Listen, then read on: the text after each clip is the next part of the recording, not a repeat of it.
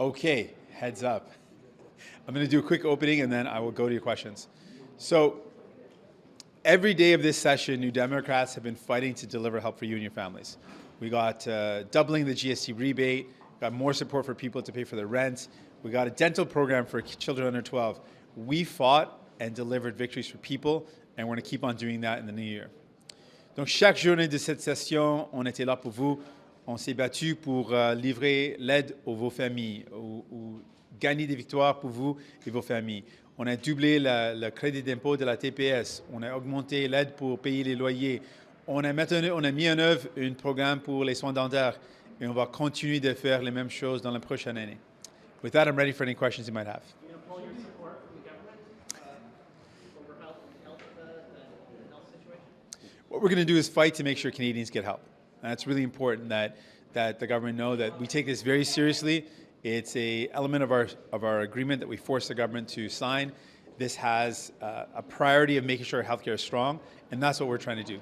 Force this government to deliver on healthcare. Can I get your response to the Ethics Commissioner's report on Mary Ng? Yesterday in the House, the Conservatives were calling on the minister to resign. You didn't weigh in on that. What's your take? I take it's clearly wrong. It's a violation of the ethics laws, and it's something that should not happen. Should she resign? That's a decision for the Prime Minister to make.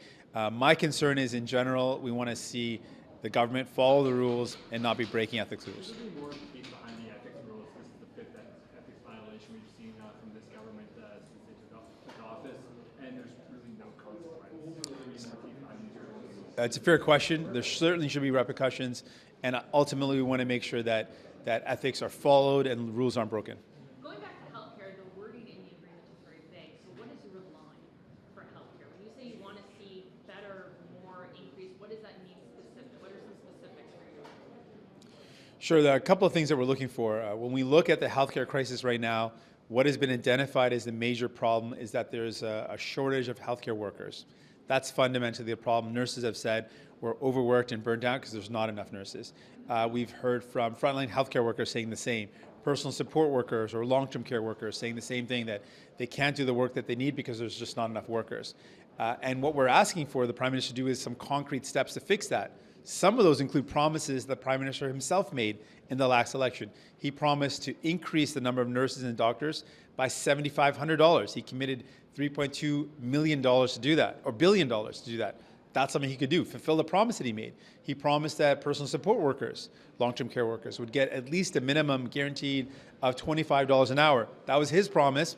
Put in place that promise. That would certainly help in this crisis. So we're looking for action, and some of the action could be fulfilling promises he made in an election, or were they just promises made in an election they had no intention of keeping? That's some of the concrete things that we want to see happen right away. Langues officielles, M. Singh, sur les langues officielles, C13, les libéraux anglophones sont venus dire hier, la loi 96 du Québec a fait mal aux communautés anglophones, donc on ne devrait pas laisser le Québec champ libre sur le territoire québécois pour les lois linguistiques. Vous en pensez quoi, au NPD, à l'égard de la loi C13? Donc, on pense que la modernisation de la loi sur les langues officielles, c'est quelque chose d'important. On doit aller de l'avant. C'était trop long qu'on n'a pas modernisé cette loi et le résultat, c'était une réduction de la langue française à travers le pays et manque d'outils pour défendre la langue. Donc ça, c'est primordial et on peut régler les autres enjeux avec les autres projets de loi ou des autres étapes, mais dans cette question, c'est vraiment comment on peut défendre la langue française. Est-ce qu'on doit traiter les anglophones au Québec comme une minorité linguistique?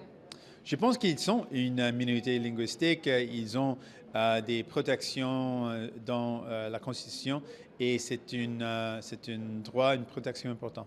We've seen some of your MPs. Oh, sorry, you didn't have a question yet. What needs to happen next on Bill C-21 for it to get to somewhere that the NDP feels more? Well, I think to put it even more clearly, I think the Liberal government themselves have acknowledged that their bill, with a current amendment, has created a problem. We've always supported a handgun ban. We think it's important. We supported some of the provisions in the bill, including the red flag and the yellow flag provisions.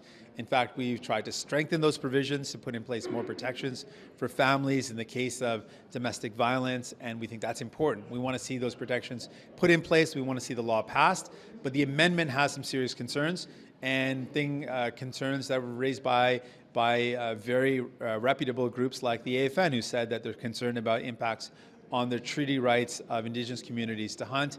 Those are concerns that need to be addressed, and the amendment right now, as it stands, is problematic. And within the context of the cost of living crisis, what do you make of the comments that we just heard that, you know, if somebody has a gun that'll fall on the prohibited list, they could go out and buy another one. There'll still be a lot of legal guns in the context of hunters. Right. I think that ultimately we want to make sure is that people are still able to live their way of life, Indigenous communities can still practice their way of life, and that hunters can still do what they do to provide food for their families. Thanks so much. Merci.